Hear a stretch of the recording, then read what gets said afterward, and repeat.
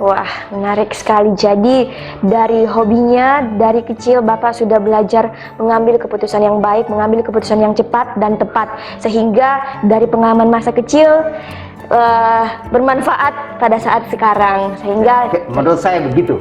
Alhamdulillah ya Pak.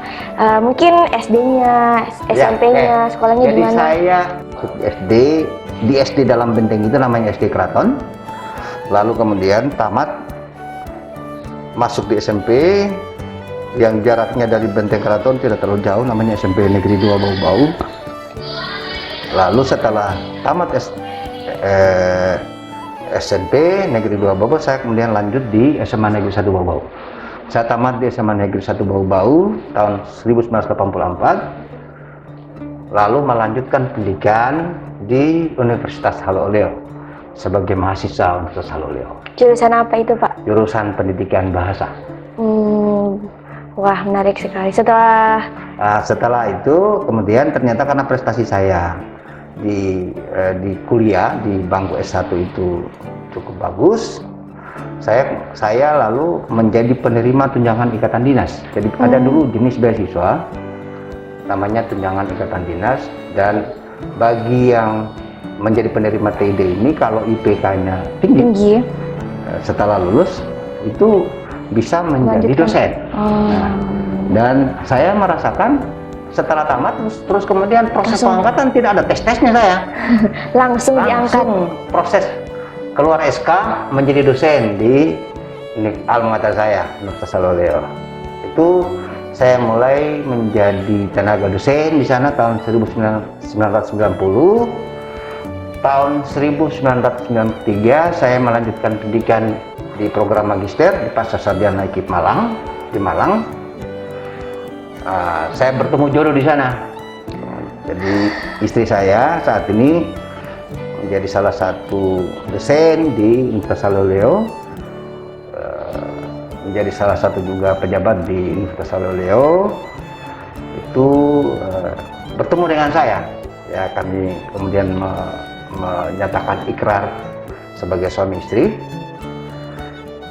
Pada saat saya menempuh pendidikan S2 itu di Malang, kebetulan istri saya itu dulu sebelum jadi dosen di Universitas Haloleo pegawai bank.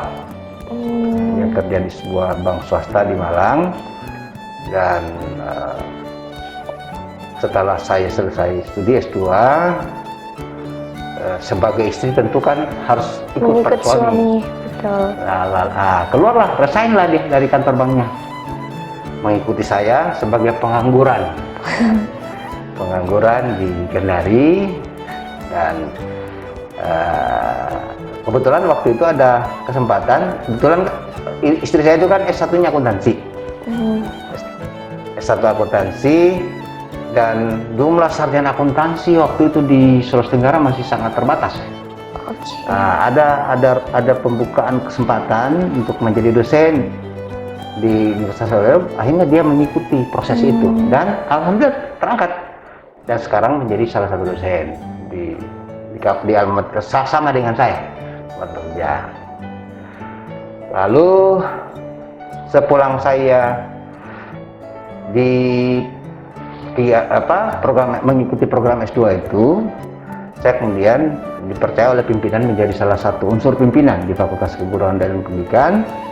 Pertama saya jadi kepala perpustakaan, lalu kemudian ikut pemilihan menjadi ketua jurusan pendidikan bahasa dan seni. Saya terpilih menjadi ketua jurusan. Sambil ketua jurusan kan kebetulan waktu saya kuliah di Malang itu saya mendapat banyak inspirasi dari dosen-dosen saya. Dosen saya di program pasca, mereka selain menjadi dosen juga bekerja di luar instansi kampusnya, menjadi konsultan lah, menjadi macam-macam kegiatan. Betul.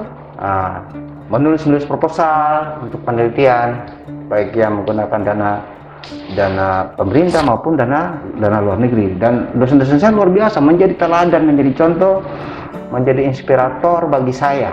Sehingga saya dari S2 itu, selain saya dipercaya oleh pimpinan menjadi salah satu unsur pimpinan di alma mater saya juga kemudian aktif bekerja di luar.